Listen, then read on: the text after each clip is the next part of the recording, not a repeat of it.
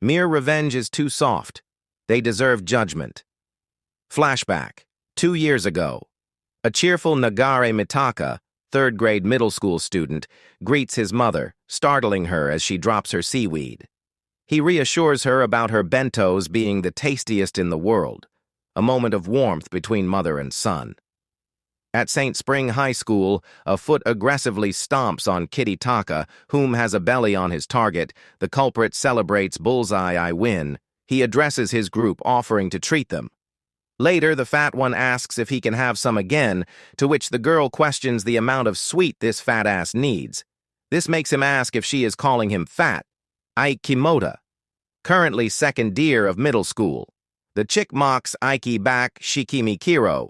Currently secondary of middle school. The blonde one threatens to slap the both of them if they start fighting. Kinugawa Soshi. Currently second year of middle school. The fourth one exclaims at his phone, surprised at the fact that a picture got sold as well. Kaasubasa, currently second year of middle school. Kinugawa calls Kawasa perv. Kitty-taka pisses himself, which spills towards Kinugawa. Reacting immediately, Kinugawa kicks Kitty-taka and directs his anger towards the boy, as he indignantly questions the cost of his ruined footwear, as he kicks him again. His homies react with varying degrees of shock, a casual remark about Kinugawa. Quick tempers. A dark-haired boy smirks as he joins Kinugawa, chiding him for ignoring a request not to hit the face. Sweat beads on Kinugawa's face, stuttering as he addresses. "Oka, sure I didn't.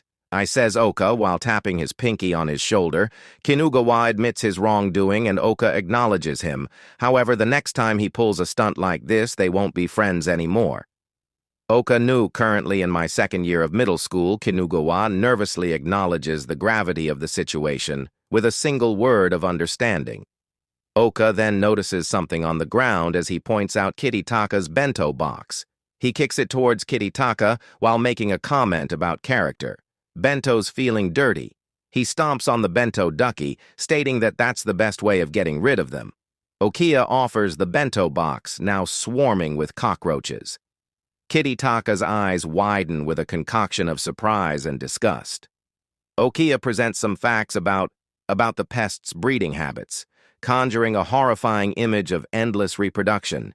Kitty-taka repulsed, grasping at the truth of his situation. It's an invasion. Relentless and personal. It's just the begin.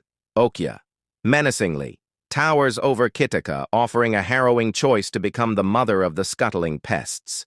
Panic sets in. Eyes widen with fear, a tear.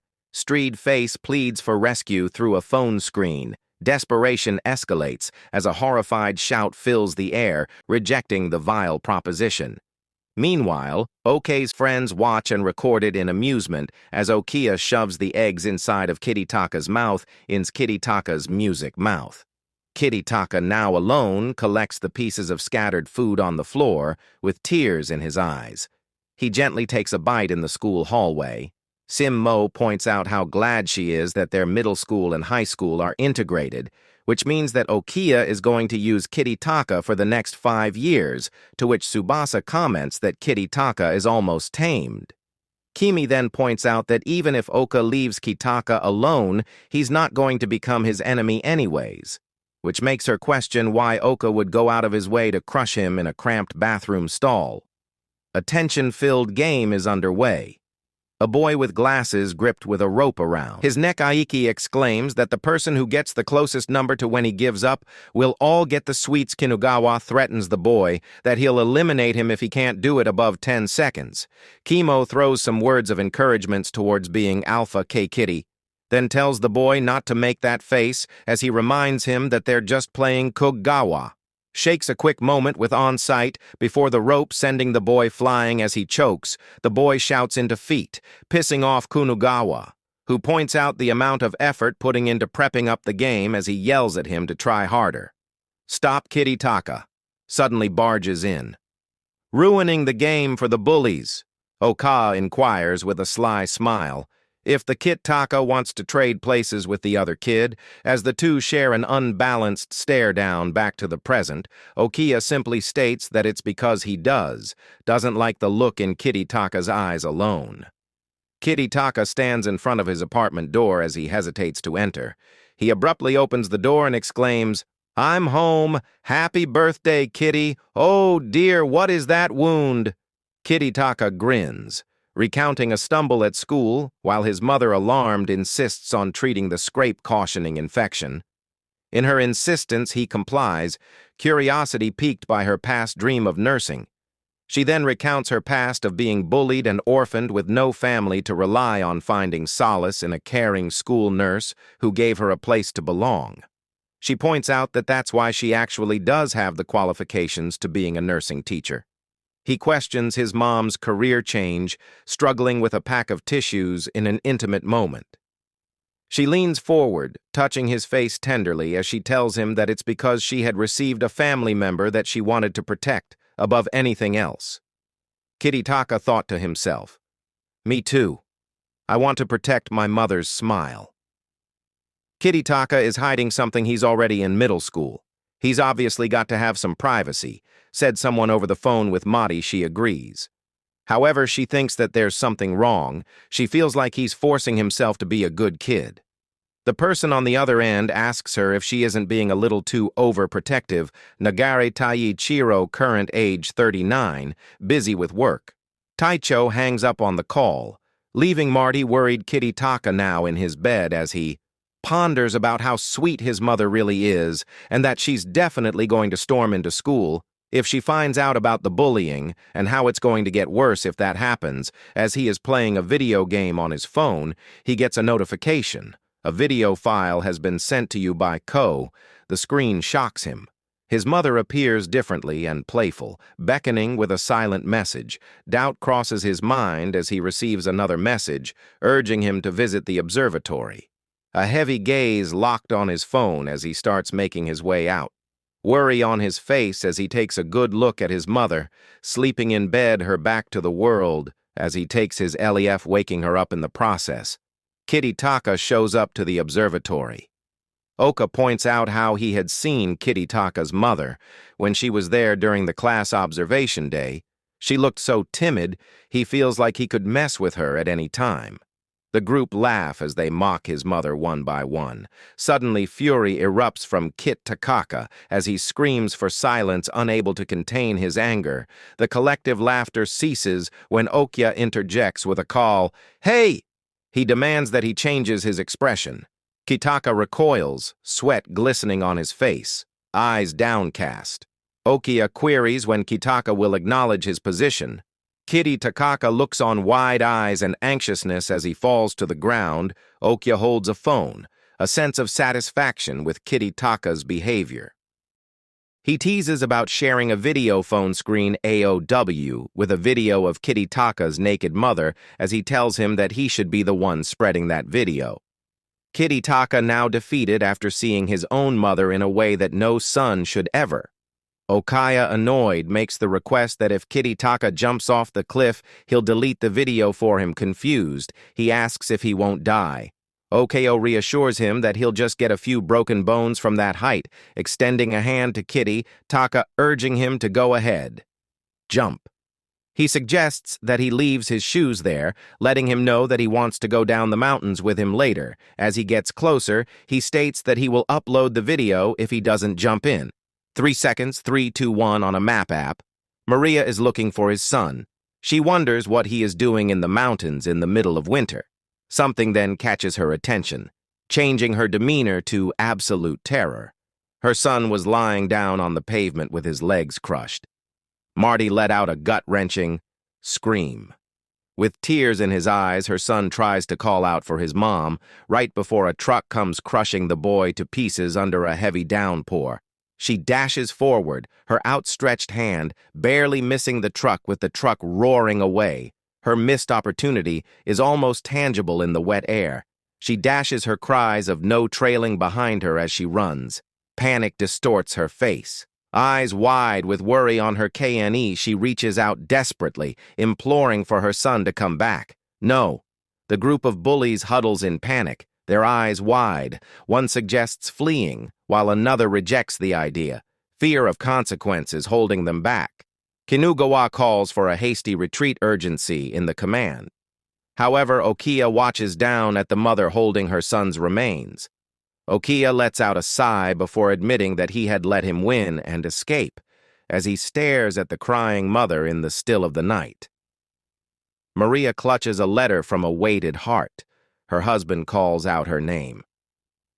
Maria, after a brief pause, he lets her know that they found a note at his shoes at the observatory, and that's why it's a sue no declined Maria, as she takes the responsibility for his death, claiming that they were the ones who caused it. Taiko, pained, apologizes for not being able to protect him.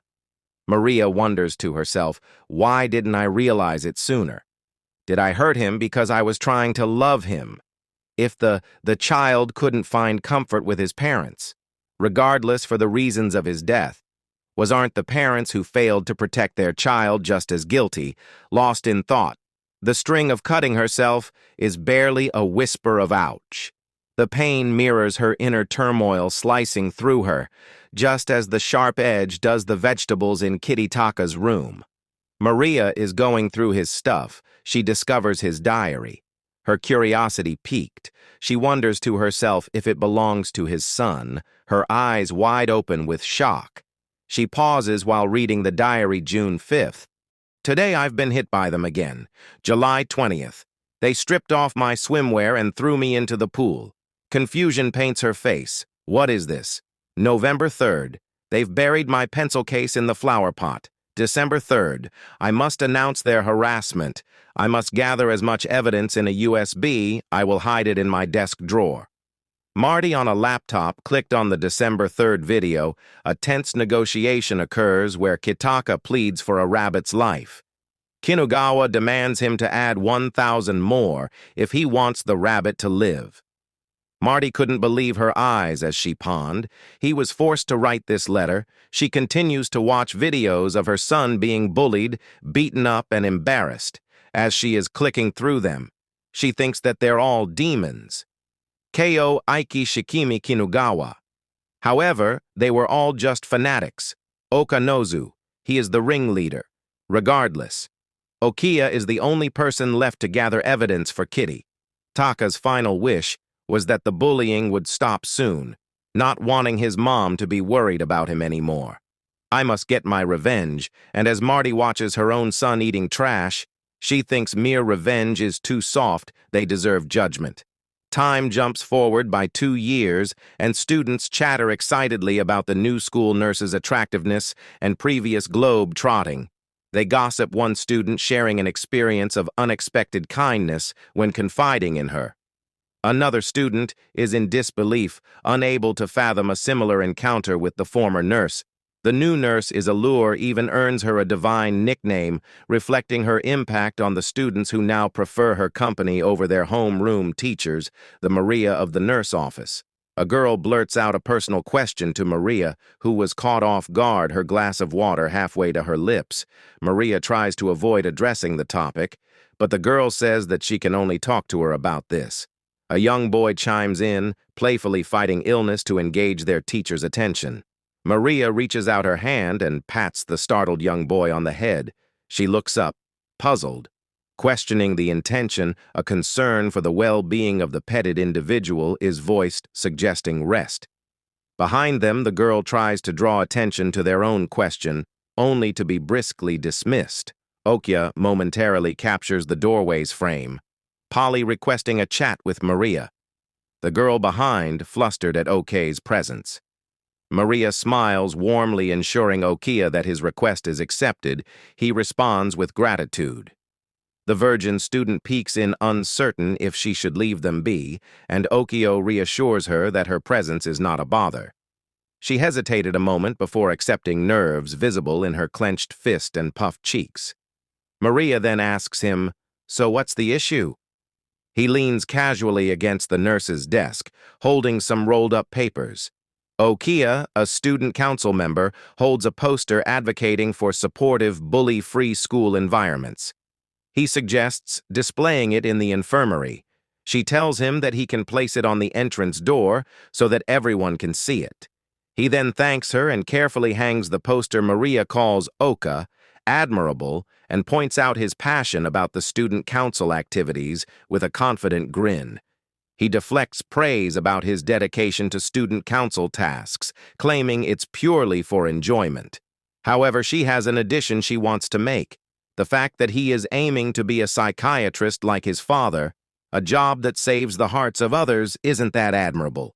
He confirms wanting to follow into his father's footsteps, commenting that the scars of the heart aren't visible after all. Maria calls him kind, and wonders if he takes after his mother in that aspect, having heard her referring to Okya as Nosu. He laughed in embarrassment as he pointed out that she knows him really well. A knowing smile graces Maria's face. She's privy to the infirmary secrets 2 years ago. The first person I've murdered was Nagare Marie. I started off by divorcing my husband, cutting off contact with my workplace and friends. I've reverted back to my maiden name in court. I've gotten full-body plastic surgery to completely change my appearance. Infiltrating the school was the easiest step of them all. Mastering one art opens the path to all. A man looks intently at the woman behind his desk who is visibly struggling. He grabs her by the hair to position himself properly for the heck maneuver, smirking confidently. The man with glasses urges her to comply. She obeys, a grin curling on her lips as she reflects on his naivety in the bathroom. Maria leans over the sink as she pukes out the only step left is the judgment of the lot of you elsewhere. A young girl wearing glasses, AI apologizes for not being able to work at her part-time job because of cram school. This means that she can only give the person she's addressing $135 this month. She pleads for forgiveness. The tension escalates as the boy kicks her in the guts.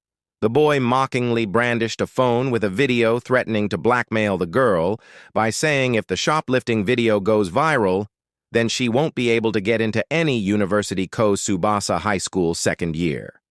He punches the girl in the guts while yelling at her to bring $200 a month. He takes a picture of her while she pukes. Maria innocently barges in, asking about their activities, caught off guard. His voice betrays surprise into recognition. Ko then claims that Yuana puked, so he's Traya in Disajima to come into the infirmary. Ko then threatens to spread the video if she snitches. Not just the shoplifting video, she knows what video he's talking about. Yaji claims that she is fine. However, Maria grabs her hand and offers a place for Yaji to come. Next time this happens, the infirmary is a place for children like her. Kas asks Yajima if Maria found out, but then she tells them that she almost forgot something while holding Ka's phone. She claims that she'll return it after class. The school rules clearly state that you cannot turn on your phone while you're in school.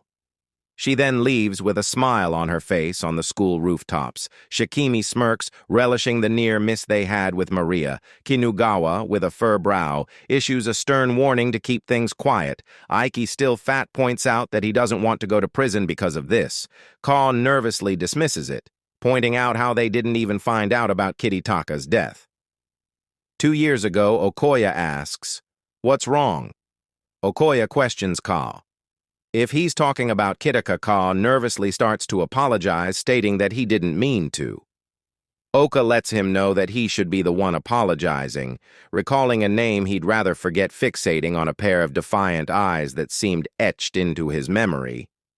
Kasi interrupts his thoughts, offering a friendship gift with an upbeat report of his own well-being, a door slammed shut, the sound resonating throughout Kas, holding a couple of bills. Shitake teases. Kai and Aoki warns about the misstep. Ka's body trembles as he recalls a memory as Ka is bowling Kiritaka. He demands him to remember that if he can't steal from his parents, that he's going to confiscate his pocket money, hoping to make Okya happy with it. However, Taka tells him not to bother. Even if he pays tribute to Oka, he won't even care about him, reminding Ka that he knows better than anyone else. Back to the present day, Ka is extremely upset about the fact that he is getting embarrassed by Kiritaka even after he's dead. An unlocked phone screen lays next to a laptop on the laptop. An email addressed to a Bozy sensei reads, "I'm sorry for the sudden anonymous mail. My boyfriend refuses to put on a condom during intercourse. If I tell him that I don't want it raw, he gets very disappointed. What should I do so that he will put it on next time?" Maria starts typing back a reply. "Thank you for contacting me. Even though you're frightened, I don't think your boyfriend is doing it consciously. However, this is a case of coercive persuasion and intimidation in accordance with the criminal law. He is implanting feelings of guilt in you while making you believe that he will take responsibility if something actually happens in the future. However, if you still want to be with him," she stops writing and closes the window. She opens a newer window. Different one this time. This causes a ping on the phone. Second year Class C, attendance number 5, Ka Subasa. Numerous minor offenses as well as acts of voyeurism have been confirmed. A criminal that takes sexually explicit shots of individuals to be used as blackmailing material to conduct extortion. He only targets quiet and docile female students who don't seem like they would retaliate a vile and cowardly demon Maria as she watches the video. She recalls Kay's words. "You don't want me spreading the shoplifting video. Now do you?"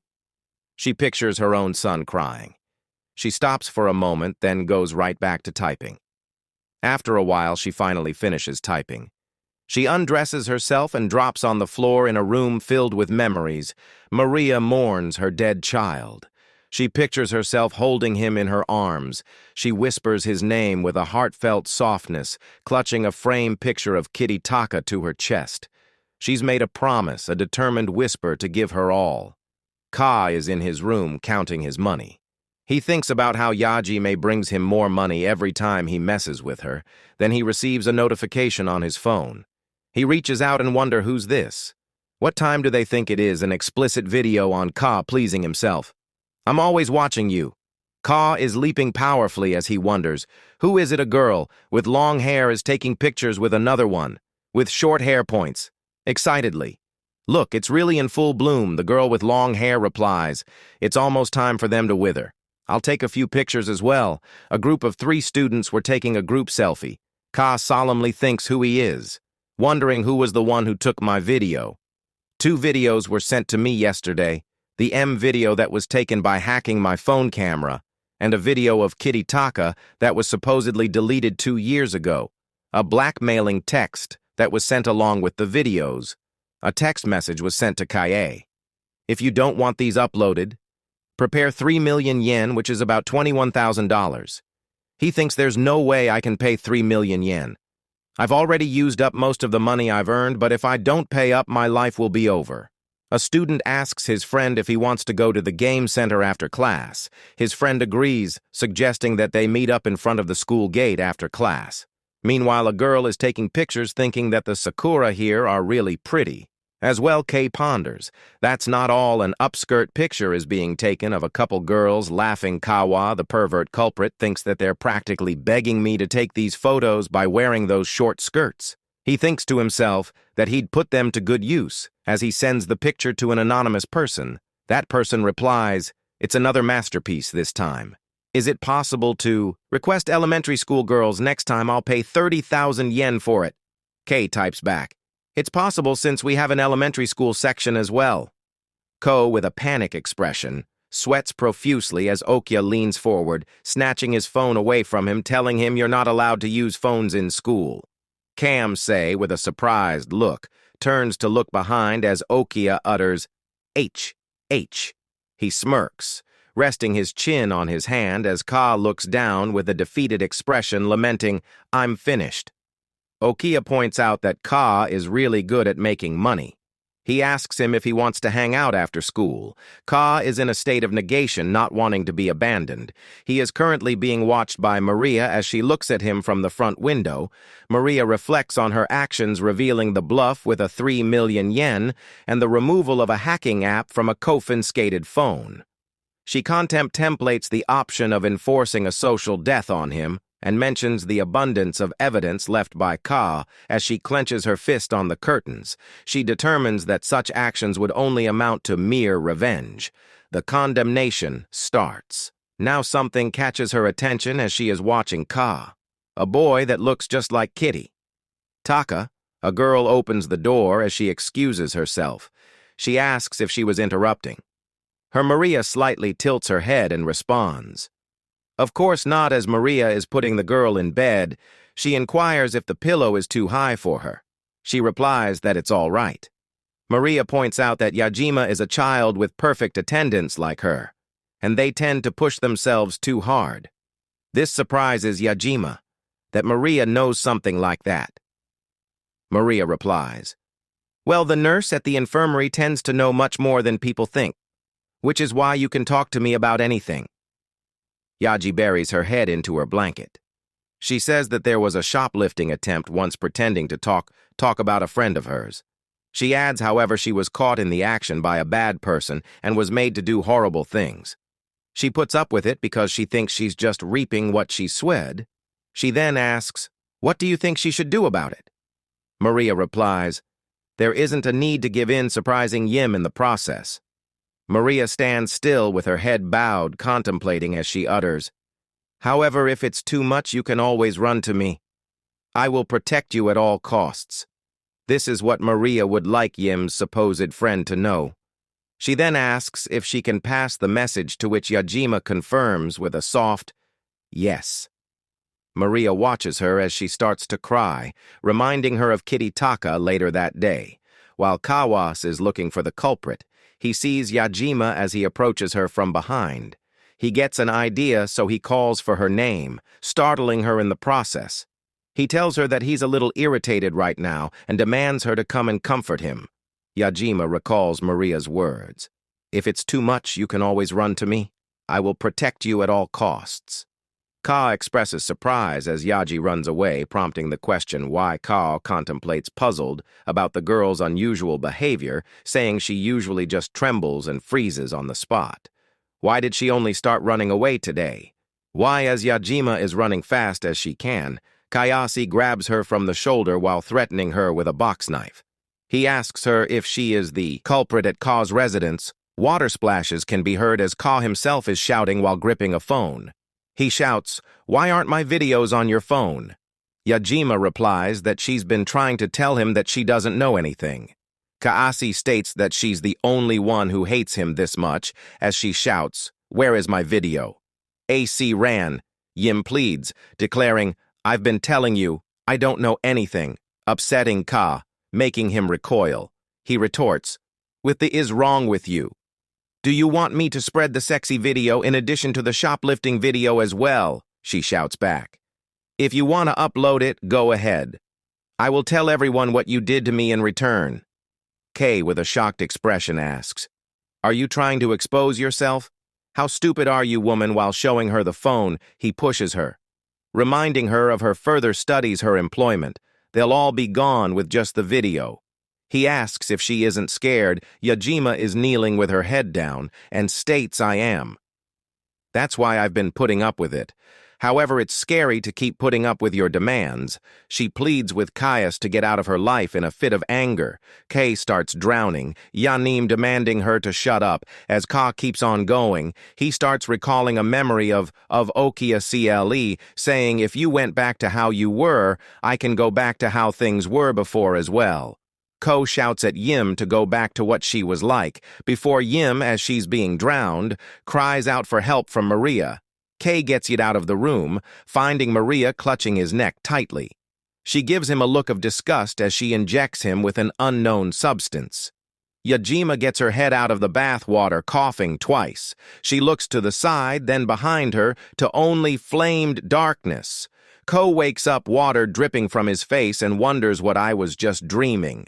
Followed by a cough, he laughs, then guesses that that must be it. Yim would never go against him like that, and Maria would never make such a scary face too.